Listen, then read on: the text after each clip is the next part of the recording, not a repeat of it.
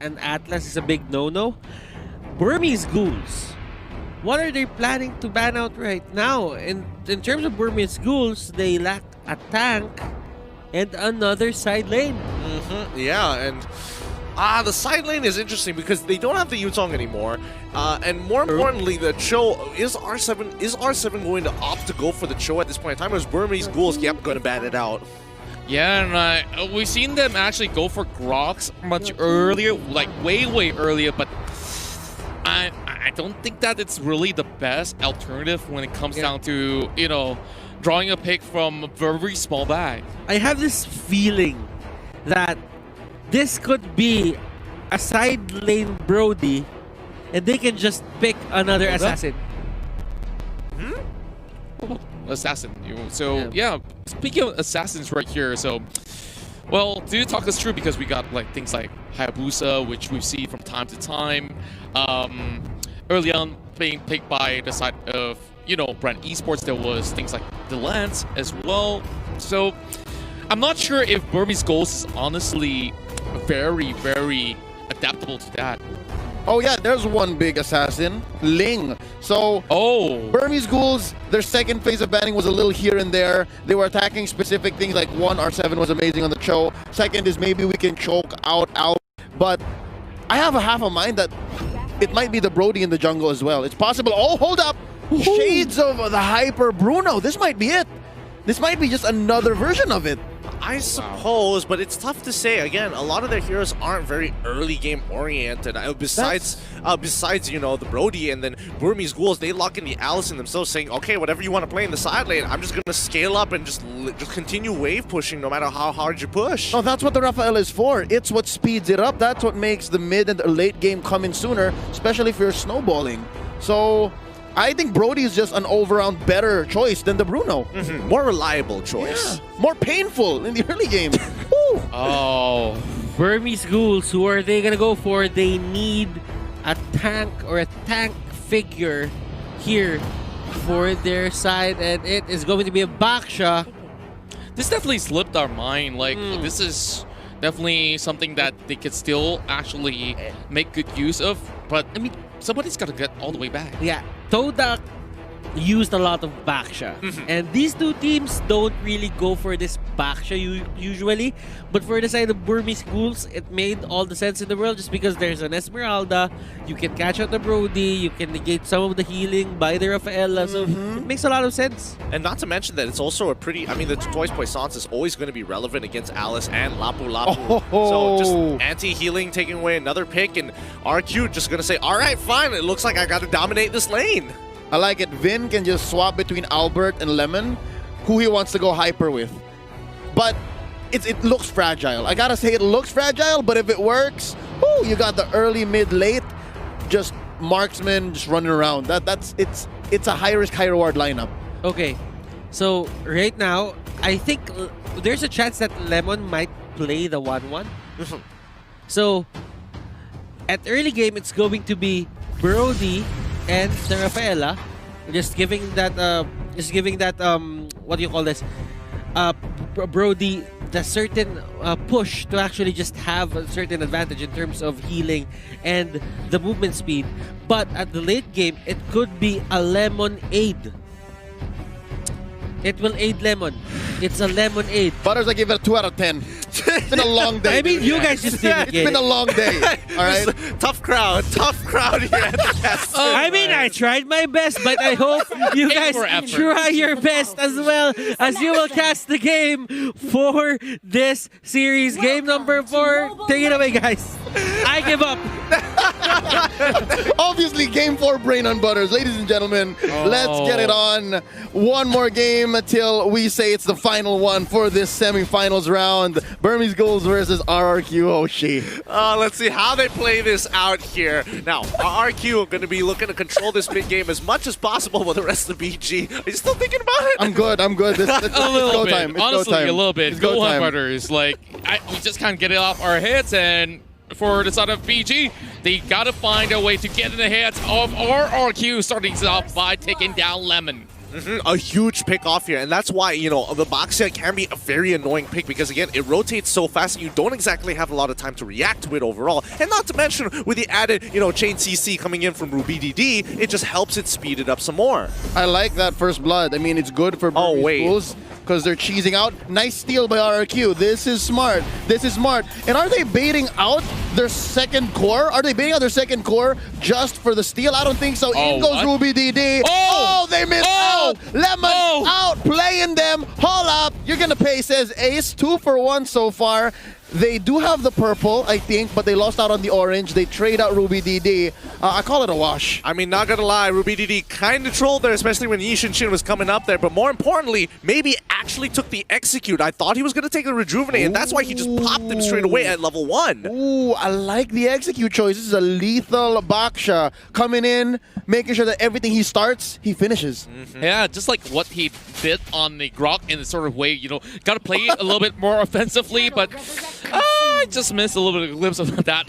Yeah, pretend I didn't see that. All right, but for now, the turtle is back up, and this has been a high contestation point for a lot of these teams. How is Burmese Ghouls, especially with a lineup like this, very standard overall, going to deal with RRQ as R7 getting a pretty good lead onto D here, but this is going to be the 1v1 of a lifetime. He has to dodge a lot of these abilities when he transforms into that big broadsword. He's got to be a lot more careful.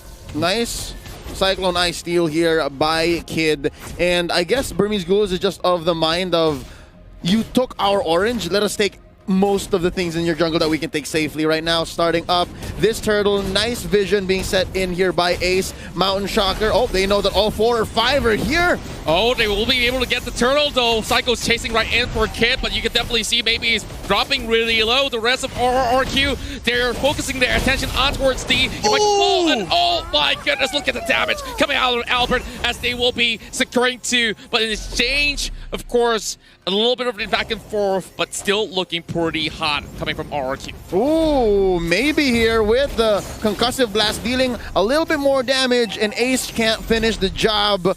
Maybe his execute is off of cooldown. Interesting how they didn't get anything at that. I mean, again, execute works in a very particular... He was willing to trade. He wanted to go for the double kill, and now Psycho has to sit under the turret to protect the He 1,000-pounder out of there. And now, I mean, 2 for 1 trade. Regardless, RRQ very happy with the situation, but now D wants to get the kill. No! Oh, man, this is a full-blown Rumble Royale in this such a way, and you can definitely see up top, it's going to be Lemon.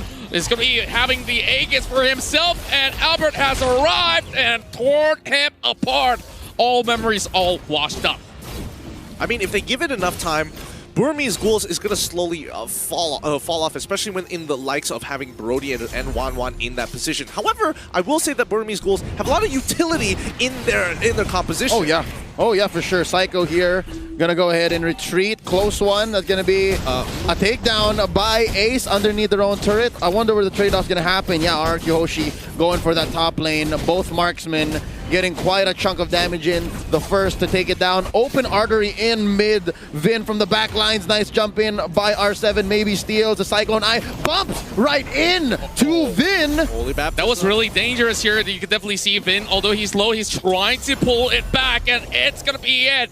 R7 will be able to find that pickup here, and D running for his life. He's trying to turn this one around, but how long can he just survive as R7 goes in for another? It's a 4-1 on R7's side. I'm so very confused here. I mean, maybe he decides to turn around with the Cyclone Eye, but again, what was the Burmese Ghouls trying to do? Were they trying to buy a lot of time so that they could get the push and break the shield off down bot lane, or were they trying to go for the invade and steal away a couple of camps? Not entirely sure, but they didn't get that return of investment that I was looking for. Yeah, if anything, that was a masterful outplay, a team fight orchestrated over the span of what, 20-30 seconds by RRQ HOSHI. They won overall. They won. That was their call.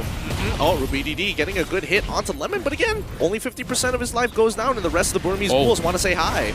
And Psycho now being stuck in a rock the hard place, as you can definitely see. Lemon has already gone down, and Psycho makes it out alive, giving the turret away to Burmese Skull. At least this exchange is favorable for the side of BG, as they're hoping to catch even more out of that, but maybe stuck in between the pit is really able to jump over the wall. So RRQ HOSHI, yeah, they're still having very slight leads at the moment. I mean, they're getting some good pushes here and there across the map, but again, pretty 50-50 overall. The gold, relatively the same, 2 objectives each. The only real difference is that RRQ have been able to get a little bit more turtles in comparison to the Burmese Ghouls, and at the end of the day, it does come down to the fight. Ooh, RubyDD, forcing out the flicker out of him. This is important because RubyDD, once he scales up and gets into that backline, if he gets a huge flowing blood with that blood ode, he can just start chunking out a lot of these squishier targets. That's what's interesting about both lineups. They have quite the insurance policy. Both can scale pretty well, but it looks like HOSHI just wants to get there first. And so far, mission accomplished. They're ahead by about 2,000 gold, give or take. But Burmese Ghouls, they're regaining quite a bit of the map. It's looking pretty blue, save for that huge wave coming up top. But right now, maybe cutting the wave from the back to give space for Ace. But right now, Vin and Psycho want to engage. The rest of the cavalry has arrived. D being stuck by the corner. He's got the flicker away. The rest of RRQ hunting him down. And Burmese Ghouls will have to give up D. And oh! So close for Vin, and he survives. So very close. And I mean, D sacrificed his life just so the rest of the team has first rotation on this turtle. Burmese Ghouls know what they are doing. Great use of the diversion as well. Maybe he just needs to slow them down. They get the turtle, and now, could they go for a pick? No, it's a little too dangerous. They gotta back away. Oh, look at Albert though. Great position. Trying to pick up. Maybe. Oh, it's a setup. A big setup. As you can see, they were blown apart, and Albert is down. We need to see the items. How far is RubyDD in this game? Oh boy, let's pull it up. Here we go. He has the Enchanted Talisman, so no problems with mana. That's going to be the Clock of Destiny as well. And if I'm not mistaken, he's building up towards at least some magic lifesteal. But right now, that's going to be... Oh, RubyDD from the back. R7 is in trouble. That's going to be the Blood Ode pop. D looking for a nice target. That's going to be crossbow tag taken out, kid. Oh, he's going to be able to take D down low as well. Ooh. Not much to be left instead. Just look at how they maneuver across the map. Flip his bear on the hands up. Ace as they are looking to shut down the rest of RRQ. But they're still output as well as Win. There is a little bit of hope for them to turn this one around. But they still have the buff in hand. And Burmese Gold really picked up the right fight. 2 for 2 here. D and Kid for R7 and Lemon. If you're talking about who's more valuable, I'd give the win here to Burmese Ghouls. You took out 2 cores, 2 side laners that HOSHI have invested so much in, and all that was lost was D and the support.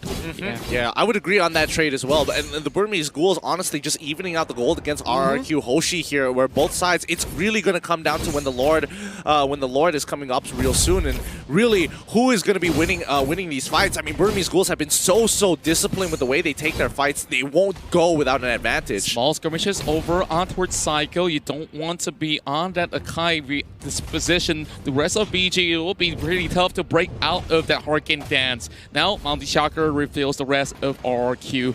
A little bit of 1v1 action going on, but you know, Lemon has to back away. This is not where he should push his advantages all the way towards BG side, and there goes Lord on the 9th minute.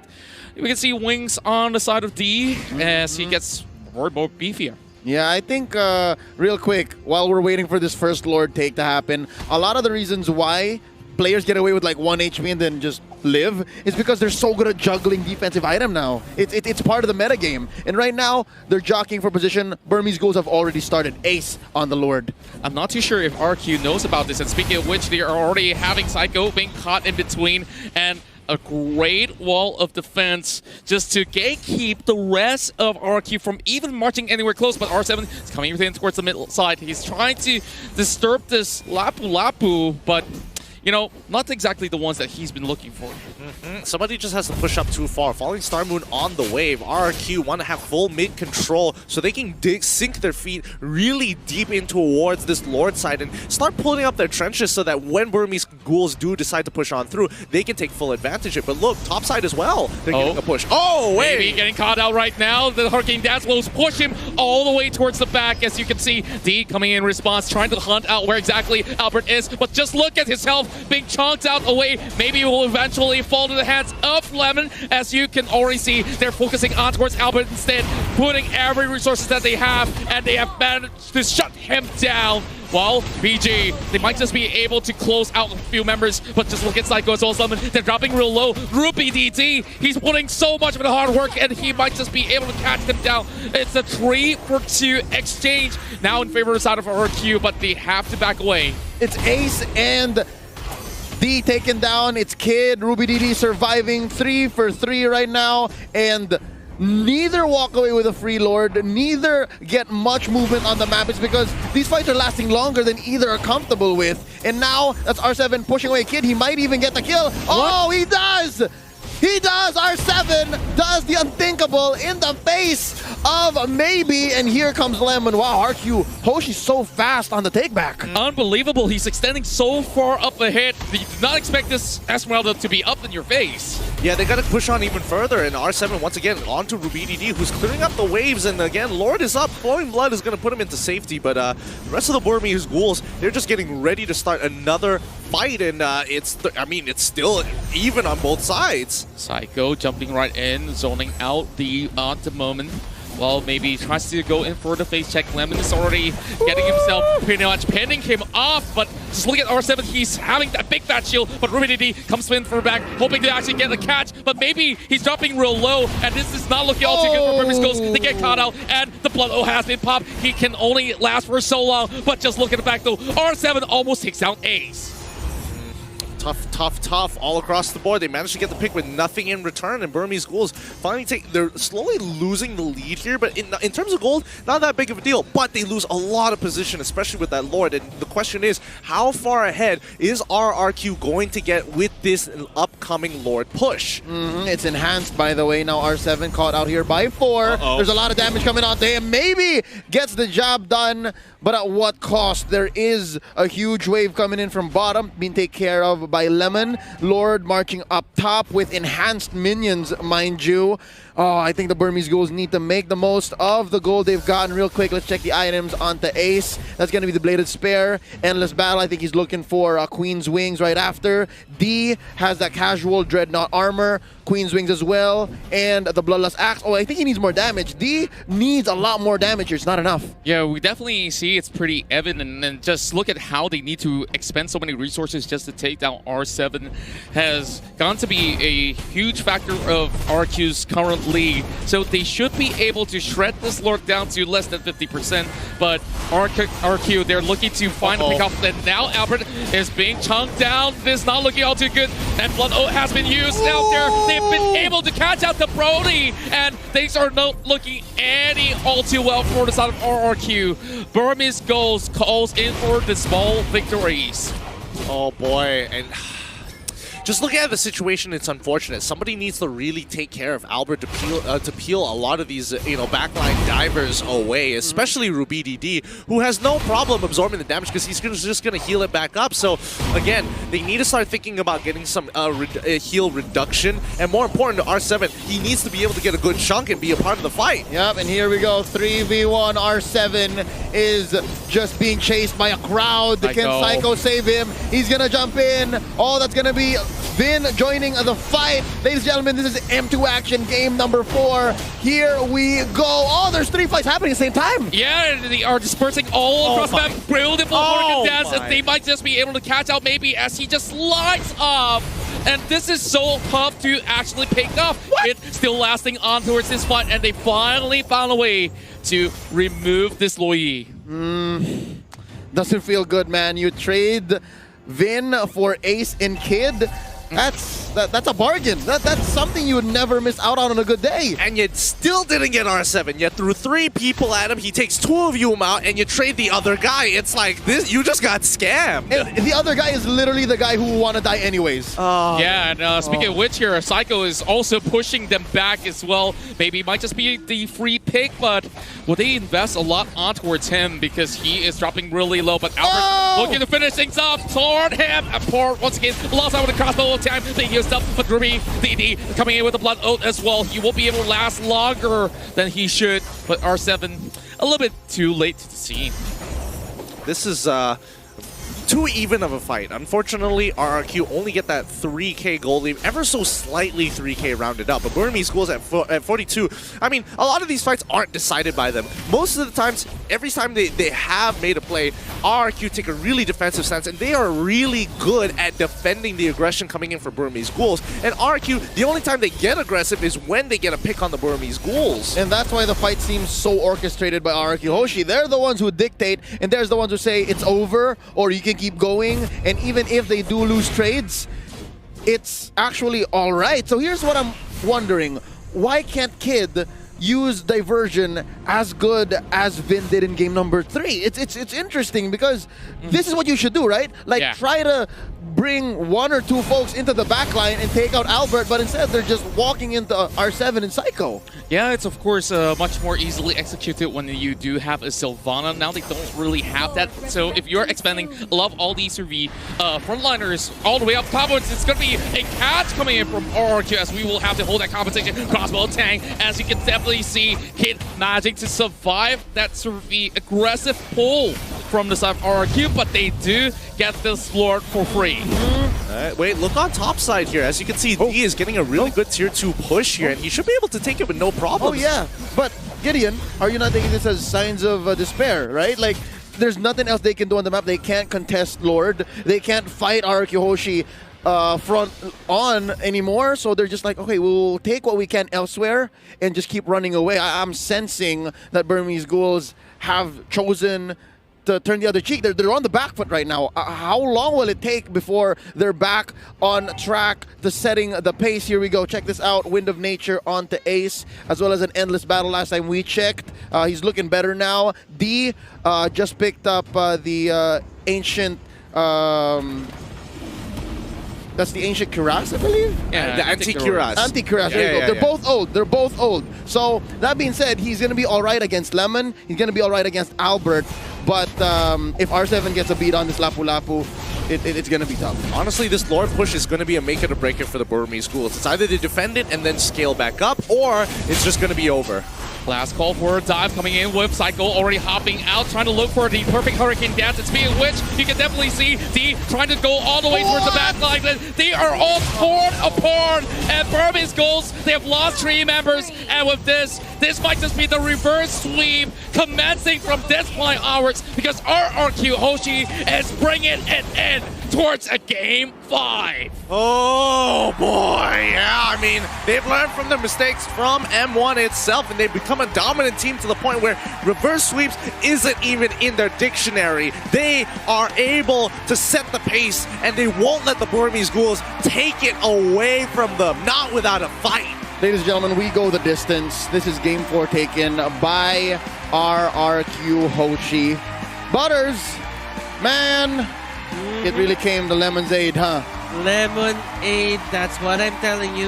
It was funny, and it made a lot of sense. Now, I'm gonna force that, by the way. Now, coming into